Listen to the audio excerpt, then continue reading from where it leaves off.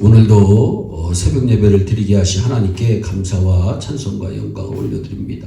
우리 다 함께 사도신경으로 신앙 고백하신 후에 찬송가 263장을 부르신 후 사도행전 7장의 말씀을 읽으신다. 오늘 말씀을 듣겠습니다. 성도들이 이 땅을 살아가면서 문제와 어려움에 끊임없이 부딪히게 됩니다. 실로 예수님을 모시고 가던 제자들에게도 풍랑이 일어났음을 성경은 말씀합니다. 그런데 우리가 여기서 왜 예수를 잘 믿는데도 이런 어려움이 찾아오느냐고 의구심을 가질 때가 있습니다. 남편은 사업을 잘하고 건강하며 아이들도 공부를 잘해서 참으로 행복하게 살고 있던 한 여인에게 믿음의 친구가 교회에 가자고 자꾸 권했습니다. 그러자 그 여인은 나는 지금 모든 것이 행복하게 살고 있는데 내가 무엇 때문에 교회에 나가냐 이렇게 대답합니다. 그러자 친구는 교회에 가면 더 많은 복을 받을 수 있다고 강조합니다. 그래서 그 여인은 결국 교회에 나갔으나 오히려 교회에 나간 지 한 달 만에 남편이 길을 가다가 쓰러져서 결국은 죽었습니다. 이에 그 여인은 예수 믿으면 복 받는다고 했는데 어떻게 이런 일이 있을 수 있느냐고 통곡했습니다. 정말 예수를 믿는데도 왜 자꾸 어려움이 찾아옵니까? 그 이유를 찾아보면 야고보서 1장 2절에서 내 형제들아 너희가 여러 가지 시험을 만나거든 온전히 기쁘게 여기라 성경은 말씀합니다.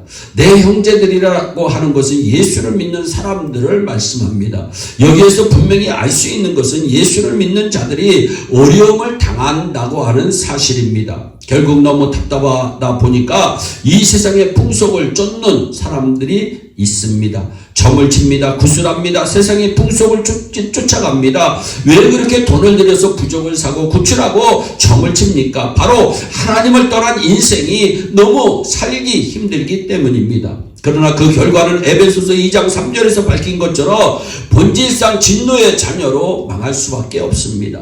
이러한 세상에서 승리할 수 있는 길이 있습니까? 언제 어디서 어떤 문제가 부닥쳐올지 모르는 현실 속에서 우리는 어떻게 대처해야 합니까? 가장 먼저 우리는 기도해야 합니다. 오직 여호와를 앙망하는 자는 새 힘을 얻으리라고 말씀합니다. 많은 사람들이 위기를 당할 때 사람을 찾아갑니다. 시편 기자는 먼저 기도하라고 말씀합니다. 여호와 하나님을 바라보는 자는 소망이 있기 때문이라고 강조합니다. 그러므로 먼저 하나님을 찾고 우리는 기도해야 합니다. 축복받는 사람과 그렇지 않는 사람의 차이가 여기에 있습니다. 축복받는 사람은 위기를 만날 때 하나님을 찾아갑니다. 전적으로 하나님을 바라봅니다. 그러나 망하는 사람들은 사람을 찾아가거나 물질과 권력을 의지합니다. 어떤 문제와 위기 속에서도 하나님만 바라보면 모든 해답이 따라오게 됩니다. 성경의 여호수아와 이스라엘 백성들에게 엄청난 위기가 찾아옵니다. 그때 여호수아가 하나님을 향해 집중 기도합니다.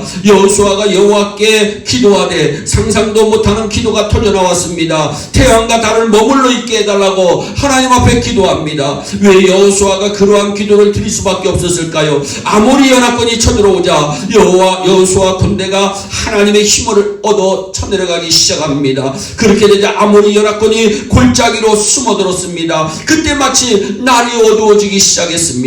여호수아 군대가 찾아가서 완전히 그들을 멸절해야 하는데 골짜기로 숨어 들어가서 다시 틈을 타서 반격해오면 엄청난 위기가 이스라엘 나라에 찾아오게 될 수뿐이 없는 상황이었습니다. 이때 여호수아가 하나님께 기도합니다. 간절히 기도합니다. 그리고 큰 역사가 일어났습니다. 하나님께서 이스라엘을 위하여 일하셨습니다. 우리 하나님은 기도하는 자를 위하여 일하시는 분이십니다. 태양과 달이 멈추었습니다. 실제적인 기적이 삶의 현장에서 일어난 것입니다. 신앙생활하면서 위기를 만날 수 있어요. 이때 우리가 해야 할 일은 기도해야 합니다. 기도 속으로 깊이 들어가야 합니다. 우리의 가정, 직장, 국가의 위기가 얼마든지 찾아올 수 있습니다. 그때가 하나님의 기적을 체험할 수 있는 중요한 기회로 알고 기도해야 합니다. 성경에 보세요. 이스라엘이 무너질 위기에 처하자 히스기야는 먼저 자신의 방법을 동원합니다. 성전에 기물을 보내면서까지 원조를 구하는 굴욕적인 상황에까지 갑니다.